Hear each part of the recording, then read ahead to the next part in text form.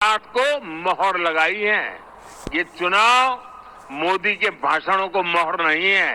ये चुनाव आपके 10 साल के हर सरकारी कर्मचारियों के पुरुषार्थ को मोहर लगी हुई है।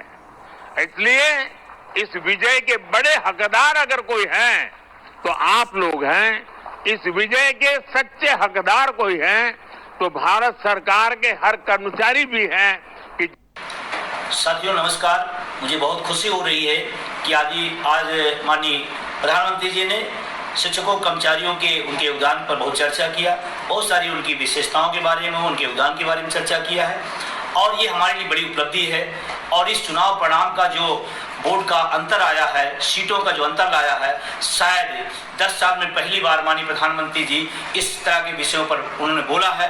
फिर भी मैं उनका स्वागत करता हूं, अभिनंदन करता हूं कि उन्होंने कर्मचारियों के पक्ष में या हमारे इस वर्ग के लिए पहली बार अपनी शानदार प्रतिक्रिया दी है। मैं उनको बधाई देता हूं। लेकिन प्रधानमंत्री जी ने कहा क्या, मैं पॉइंट टू पॉइंट बताना चाहता हूं। उन्होंने कहा कि ये चुनाव का जो परिणाम आया है ये मोदी के भाषणों का नहीं है बल्कि कर्मचारियों के पुरुषार्थ का है। बिल्कुल सही आपने कहा। अगर इस देश में विकास की गाथा लिखी जाती है और उस गाथा को अगर कोई यशगान बनाता है तो निश्चित रूप से कर्मचारियों का पुरुषार्थ है। और पुरुषार्थ इतना ही नहीं है, कोई भी विभाग हो बिना शिक्षकों कर्मचारियों के कोई मंत्री और प्रधानमंत्री या मुख्यमंत्री सब कुछ नहीं कर लेता। उसको हूबहू उतारने का काम वही शिक्षक कर्मचारी करता है जिसको पिछले 10 साल में आप भूले हुए थे। मुझे खुशी है कि आपने उनके योगदान को कम से कम समझा और उनके योगदान की सराहना की।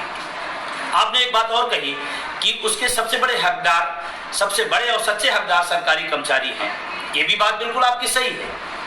चुनाव प्रक्रिया से लेकर के परिणाम तक और उसके पहले देश के डेवलपमेंट तक सारी में उनकी भूमिका रहती है। अगर मैं बात करूं, चुनाव परिणाम की ही बात करूं, चुनाव की प्रक्रिया की बात करूं, तमाम शिक्षकों कर्मचारियों ने अपनी जान कुर्बान दी है। इस गर्मियों में तमाम ऐसे हमारे साथी हमको छोड़ के चले गए, उस चुनावी प्रक्रिया और लोकतंत्र की खूबियों को निर्वाह करते करते चले गए और शायद उस पर सरकार कोई विचार नहीं करती। मैं प्रधानमंत्री जी से कहना चाहता हूँ, अगर सच्चा और बड़े हकदार हुई हैं तो जब कम से कम चुनाव के समय जो हमारे शिक्षक कर्मचारी हताहत हुए हैं या दुनिया छोड़ चले गए हैं, उनके परिवारों के बारे में भी आप कुछ सोचें, उनके परिवारों को भी सुधार करें, ऐसा मैं आपसे उम्मीद करता हूं। एक बात उन्होंने और कही कि ये जो हमारे सरकारी कर्मचारियों के विजय के जो विजन था, सरकार का जो विजन था उस पर काम किए। तो माननीय प्रधानमंत्री जी ये भी बात बिल्कुल सही है, उन्होंने आपके विजन पर, सरकार के विजन पर काम किया है। कम से कम उन सरकारी कर्मचारियों के भी विजन को, उनके भविष्य को देखें आप। उनकी सबसे बड़ी मांग आज के डेट में क्या है? पूरा देश का कर्मचारी, करोड़ों करोड़ों कर्मचारी एक ही बात कह रहा है, हमारे बुढ़ापे की लाठी, हमें पुरानी पेंशन दे दीजिए। वो कब आएगा?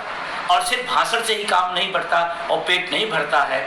सच्चा तो अगर हकदार है तो सच्चा हकदार ओपीएस का भी है और आपके हाथ में है। मैं आपको शुभकामना देता हूं। आप तीसरी बार देश का नेतृत्व करने जा रहे हैं। एक बड़ा तोहफा उन शिक्षकों कर्मचारियों को दीजिए जिनको आपने कहा कि उनका बहुत बड़ा पुरुषार्थ है, विजन के लिए वो काम कर रहे हैं। तो कम से कम सरकार और माननीय प्रधानमंत्री जी आप भी उनके लिए काम करें और उसका सबसे बड़ा उदाहरण होगा ओल्ड पेंशन की बहाली, जो उनका हक है, जो उसके पहले उनको मिलता रहा है। और हम उम्मीद करते हैं कि आप एक ऐतिहासिक और बड़ा फैसला लेंगे। हम तमाम सारे उन देश भर के फैले हुए शिक्षकों कर्मचारियों की तरफ से आपको बधाई देता हूं। और एक बात और कहता हूं, लोकतंत्र में वोट की चोट बहुत महत्वपूर्ण होती है। चोट का असर है कि आज हमारे पक्ष में बात कही जा रही है। अगर थोड़ी सी और गहरी चोट होती या आने वाले चुनाव में और गहरी चोट होगी तो हम हूबहू पुरानी पेंशन के हकदार होंगे। और मैं कहना चाहता हूं, हमें संशोधन पसंद नहीं है। अगर कोई शिक्षक कर्मचारी नेता उन संशोधन की तरफदारी करता है, आपका दुश्मन नंबर 1 होगा। मैं भारत सरकार से माननीय प्रधानमंत्री जी पुनः बधाई देते हुए पुरानी पेंशन बहाली की मांग